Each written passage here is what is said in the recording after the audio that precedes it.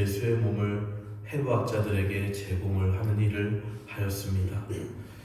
이후 의과대학이 급증하면서 18세기에는 시체 거래가 활성화되고 사체 절도범까지 생겨나는 시대였습니다.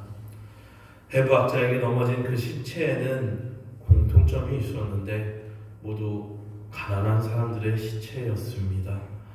그런데 가난한 사람의 몸만 해부되고 기록이 되면서 해부학의 역사에 여러 가지 오점이 남게 되었습니다. 가난한 사람은 주로 만성적인 스트레스로 인해 심장병, 고혈압, 당뇨 같은 그런 병이 많이 발생이 증가하고 부신이 비정상적으로 커지게 됩니다. 드물게 고소득 계층 사람들의 몸을 해부하면서 비정상적으로 부신이 작은 것을 발견하고는 부신 조직이 축소되는 질병이 있다고 보고를 하게 되었습니다. 그러나 나중에 알고 보니 부유한 사람의 부신 크기가 인체의 정상적인 부신 크기였다는 것입니다. 그동안 해부용으로 사용된 가난한 사람들의 그 시체에서 발견된 부신이 비정상적으로 컸던 것입니다. 그들의 몸은 바로 희신이지만 불평등이 기록된 몸이요 차별이 나타난 그러한 몸이었다는 것입니다. 부조리하고 부정의한 사회 속에서 우리의 인식마저 혼미해지는 인생을 살아갑니다. 국민소득이 3만 달러를 돌파하게 된다면 엄청난 장밋빛 꿈이 이루어질 것이라 기대를 했습니다. 하지만 양극화의 삶은 더 심해졌고 상대적에서 빈곤에서 벗어나지 못하는 삶을 사는 사람들이 여전히 많이 있습니다. 하나님께서는 이렇게 갈등과 불의가 가득한 세상에 우리를 위해 오셨습니다. 우리의 힘으로는 도저히 구원받을 수 없는 죄된 이미 죄로 찌들어버린 이 세상에 인간의 몸을 직접 입으시고 직접 임재하셨습니다. 하나님의 사랑을 전하기 위해서 그 역할을 감당하기 위해 화해의 사신으로 오신 예수 그리스도를 통해서 하나님과의 새로운 관계가 우리가 이루어질 수 있게 하신 것입니다. 화해의 관계 속에서 이루어지는 것으로 반드시 그러한 대상이 있습니다. 그리스도인은 타인에 대한 연민과 민감성을 가지고 이 세상에서 하나님의 그 화해 사건을 삶으로 증언해야 할 줄로 믿습니다. 데일 카네기의 고백이 있습니다. 나는 신발이 없음을 한탄했다. 거리에서 발이 없는 사람을 보기 전까지는 이라는 고백이 와닿습니다. 우리의 삶은 매 순간순간 선택이요 결단의 연속입니다. 바로 지금이 그러한 결단의 때입니다. 오늘 함께 읽은 요엘의 2장의 말씀은 여호와의 날에 대해서 이야기를 합니다. 그날은 바로 심판의 날이면서 또한 구원의 날입니다. 요엘은 여호와의 날, 주님의 날이 다가왔음을 이야기하며 회개를 우리에게 촉구합니다. 여호와의 날, 주님의 날을 악한 자들에게는 심판과 멸망의 날로 다가올 수 있지만 선한 자들에게는 구원의 날이요 억울하게 핍박받던 자들에게는 위로의 날이 되는 것입니다. 여호와의 날에 임할 심판 앞에서 회개한 사람들에게는 반드시 성령을 부어주신다라고 약속을 하십니다. 성령은 바로 회개하는 이들에게 부어집니다. 회개의 본래의 어원은 되돌아서다. 지금까지 살아온 그 길에서의 방향의 전환과 관점의 전환을 뜻합니다. 회개는 방향을 하나님께로 돌린 사람들의 현재 진행형입니다. 누가복음의 두 아들의 비유에서 아버지께로 돌아오는 그 작은 아들의 심정이 바로 이 회개라는 것입니다. 오늘 함께 읽은 요엘의 2장의 28절에서 32절의 이 말씀은 경계를 넘어 하나 되게 하시는 성령의 역사하심이 나타납니다. 하나님께서 성령을 부어주신다면 놀라운 일이 일어납니다. 어른과 아이, 노인과 젊은이, 종과 남자, 여자에 이르기까지 주님의 뜻이 이루어지는 이 세계를 꿈꾸는 데에 차별이 없어지게 됩니다. 하나님의 그 영은 경계를 넘어서 차별하고 철폐되고 분리된 것들을 하나 되게 하십니다. 그래서 우리는 그것을 온 땅에 전하고 선포해야 한다는 것입니다. 예수님께서 십자가에 못 박히시기 전에 남겨둔 제자들과 세상 사람들을 위해 하나님께 중보 기도를 드리셨습니다. 예수님은 교회와 세상이 하나 되도록 기도하시는 분이시고 그것을 위해 우리에게도 그것을 위해 기도하라고 하십니다. 요한복음 17장 22절의 말씀을 같이 읽도록 하겠습니다.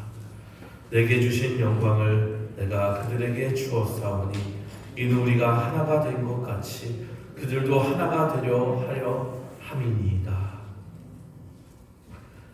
창세전부터 예수님을 사랑하셨던 하나님의 사랑이 이제 사람들의 마음속에 연합한 관계 속에 있게 됩니다.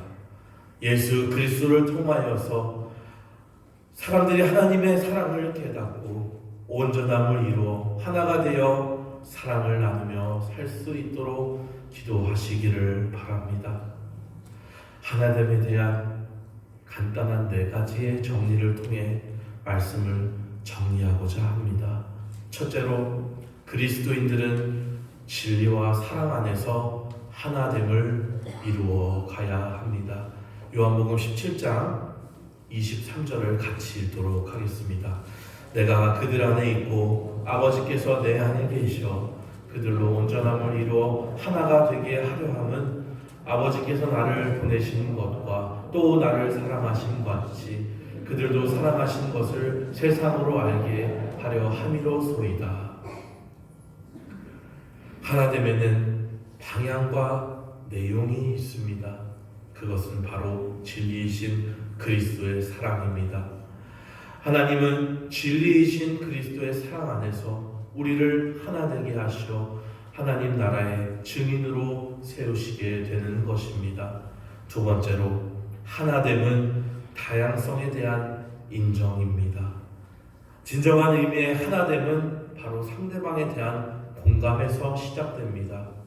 사람들은 나와 다른 것을 있는 그대로 인정하지 않고 그것을 받아들이려 하지 않는 습성이 있습니다. 나와 같지 않으면 틀렸다라고 이야기를 합니다. 그래서 수많은 편견은 차별로 이어집니다. 그러나 하나님의 하나됨의 방식은 자기가 없어지고 완전히 하나 되는 것이 아닙니다. 자기의 색깔과 자기를 소리를 내면서 그 상태로 서로 섞여서 어우러지는 것입니다. 나의 고유한 개성과 역사성을 가지고 성령 안에서 새로운 공동체를 이루어 나가는 것입니다. 경계를 없애버리는 것이 아니라 서로의 선을 덮어주며 서로의 선을 지켜주면서 그 경계를 넘나드는 것입니다. 그 경계선은 고정되지 않고 유연함을 나타낼 수 있습니다. 세 번째로 하나됨은 약자의 아픔에 대한 감수성을 갖는 일입니다. 선량한 차별주의자라는 책에는 한 인권 강사가 장애인 단체에서 강의하던 중에 결정장애라는 말을 사용하는 것에 대한 지적을 받는 이야기가 나옵니다. 비장애인들은 아무런 느낌 없이 사용하지만 장애인들은 그러한 단어에 상처를 받기가 쉽습니다. 우리가 무심코 사용하는 말 가운데는 이미 무시무시한 차별의 언어가 그 안에 많이 이미 녹아 들어와 있습니다. 갑들은요, 웃자고 하는 말인데 뭘 그렇게 예민하게 반응하느냐라고 합니다. 그러나 갑들이 하는 웃자고 하는 말을 들을 때는 전혀 웃기지 않습니다. 단지 분위기를 깨고 분위기를 흐릴까봐 인내하는 법에 익숙해져 있을 뿐입니다. 약자를 희화화하는 그런 말들은 갑들에게는 우스운 농담이 되지만 을에게는 수치심으로 다가올 수가 있습니다. 바로 이런 타인에 대한 감수성과 이해심과 배려심이 풍성해질 때에 비로소 하나님의 자리에 우리는 설 수 있을 것입니다. 마지막으로 하나됨은 강한 자가 먼저 자기 것을 던져버리고 내려놓는 데서 시작이 됩니다. 사회뿐만 아니라 교회에서도 개개인의 생각이나 주장에 귀 기울이려는 노력보다는 소수의 리더 집단이 세운 원칙과 방향에 그저 그것을 따라오라고 요구하는 경우가 많습니다. 여러분, 하나 된다라는 것은 강한 집단의 약한 자들이 흡수가 되는 것이 결코 아닙니다. 그저 시혜를 베푸는 것도 절대로 아닙니다. 신영복은 담론에서 돕는다는 것은 우산을 들어주는 것이 아니라 함께 비를 맞는 것이라고 이야기를 합니다. 쏟아지는 비를 막아줄 수 없다면 함께 그와 비를 맞을 각오를 우리는 해야 하는 것입니다. 바로 이런 하나됨은 약한 자들의 자리에 같이 내려가서 서 있는 일, 그들과 함께 손잡는 일, 그들과 함께 앉는 일일 것입니다. 하나님께서 인간의 몸을 입고 이 땅에 오심으로 그것들을 몸소 실천하셨고 예수님께서의 대속의 십자가를 지심으로써 우리에게 그것을 분명히 알려주셨고 그것을 우리에게 본을 보이신 줄로 믿습니다. 그리스도인 된 우리들은 우리 주님 안에서 이미 맛보고 경험한 그 나라, 그러나 아직 완전히 임하지 않은 하나님 나라를 소망하며 오늘도 함께 예배를 드리며 그 길 위에 나아갑니다. 올 한 해 2020년 화해의 성령 안에서 하나됨을 이루기 위해 동원교회가 실천해야 할 단 한 가지, 바로 교회의 본래 모습을 회복하는 일입니다. 초대교회는 예수 그리스도의 죽음과 부활 사건을 경험한 사람들이 함께 모여 뜨겁게 기도하며 성령의 충만함을 통해 언어가 소통하고 바로 하나가 됨으로써 그것이 시작될 수 있었던 것입니다. 우리 동원교회도 그러한 교회가 되기를 원합니다. 바로 화해와 하나됨, 결코 생각이나 말로 이것들로만은 결코 이룰 수가 없는 일입니다. 바로 우리의 욕망과 연약함을 넘어서 오직 성령의 능력에 취해 있고 성령의 능력의 힘을 받을 때만 가능한 일이라는 것입니다. 이 일을 위해서 온 기장교회와 우리 동원교회 또 아울러 그 중심에 서 있는 우리 여신도가 되기를 기도하며 그것을 이루어갈 수 있는 한 해가 되기를 주님의 이름으로 간절히 소망합니다. 아멘. 사랑하는 하나님, 감사합니다. 여신도 주일로 지키게 하시고 주님의 크신 은혜를 오늘도 예배에 나온 우리들에게 부어주심에 감사를 드립니다. 화해의 성령이여 하나 되게 하소서. 이 표어를 우리에게 주시고 오늘 말씀 제목으로 주셔서 이대로 따라갈 수 있는 화해를 통한 성령으로 우리가 하나 될 수 있는, 우리 것을 내려놓을 때에 받을 수 있는, 그럴 때에 하나 될 수 있는 우리를 경험하게 하시며 생명과 정의와 평화를 이루어가는 우리 여신도들과 우리 동원교회 모든 백성들 될 수 있도록 인도하여 주시옵소서. 2020년에 있는 여신도 사업 모든 것에 축복을 더하여 주시고 그것을 주님의 은혜 가운데 감사함으로 이루어갈 수 있는 그런 모든 여신도 사업들과 계획이 될 수 있도록 함께하여 주시옵소서. 모든 것에 감사를 드리오며 주 예수 그리스도 이름 받들어 기도드리옵나이다.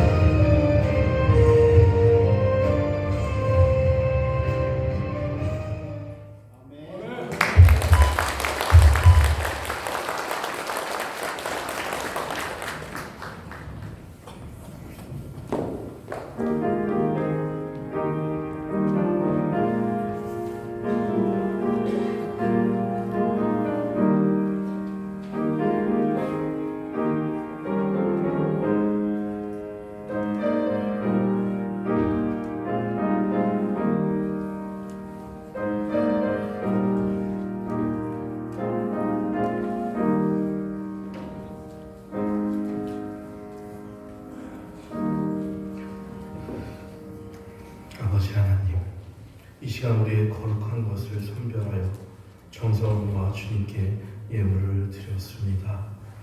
여신도 헌금과 그 밖에 모든 예물을 기뻐 받아주시고 우리 여신도회가 더욱더 주님께 사랑받고 이 예물이 쓰이는 곳이 주님의 나라가 확장되어지는 귀한 역사가 일어나게 하여 주옵소서.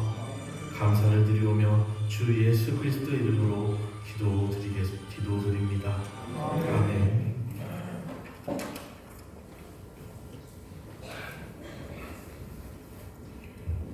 여신도의 총무이신 우정미 집사님 나오셔서 여신도 사업 소개를 해주시겠습니다.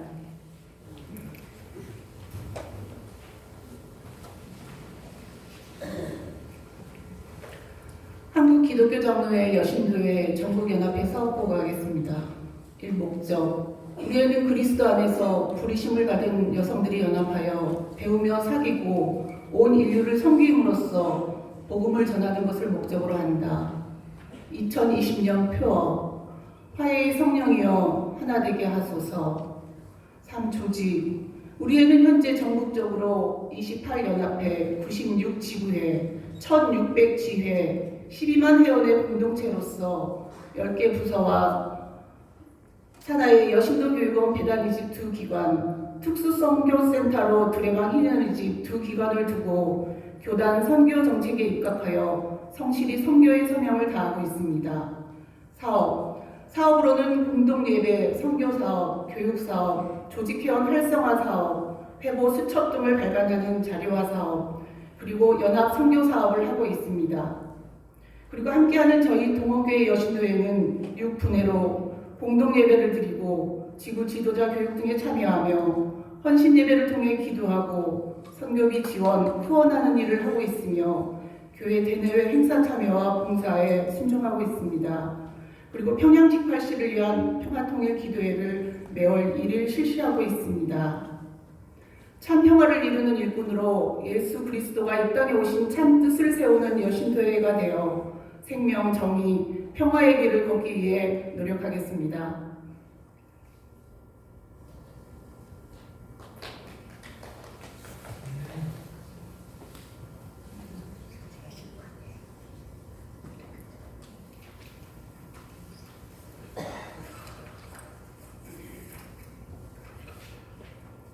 이 시간 함께 표 제창하시겠습니다.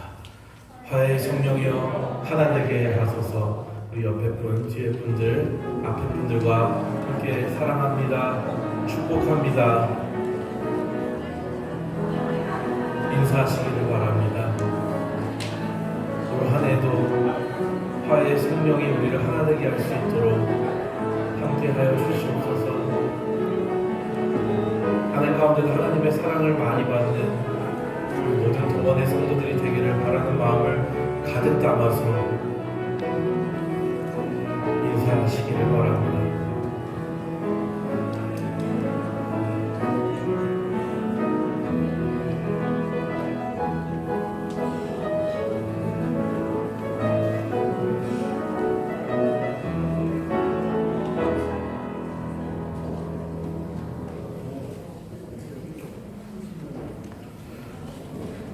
화해의 성령으로 하나 되는 우리 동원교회가 될 수 있기를 진심으로 간절히 소망합니다.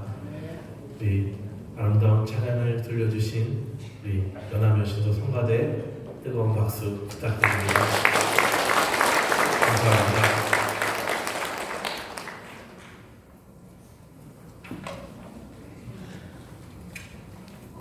주일 예배 일찍 오셔서 찬양과 기도로 준비하시고 새벽 기도회와 수요 저녁 예배에 힘쓰시기를 바랍니다.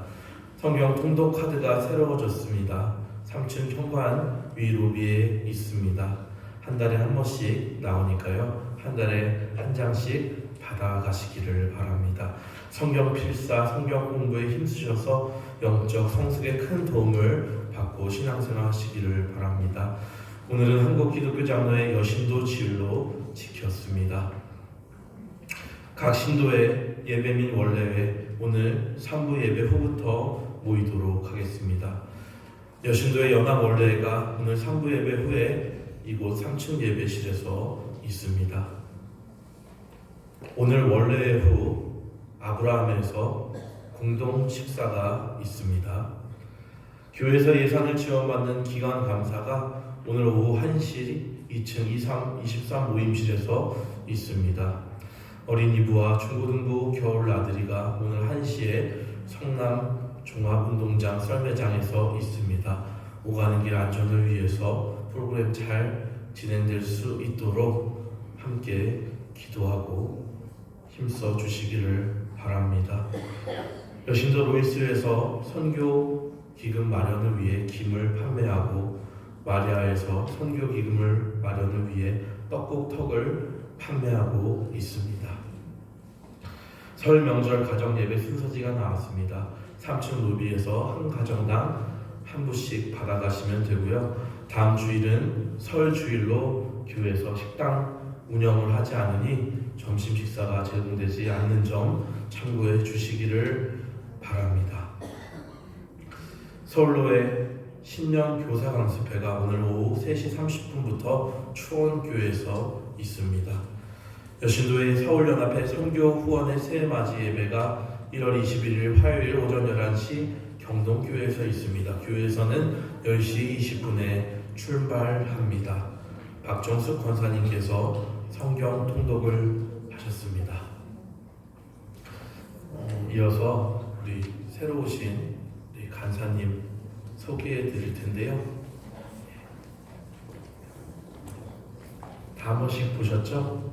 네, 임정임 간사님입니다. 우리 인사하실 때에 박수로 함께 해주시고 많은 격려와 좋은 말씀 부탁드립니다. 우리 다 일어나셔서 여신도회가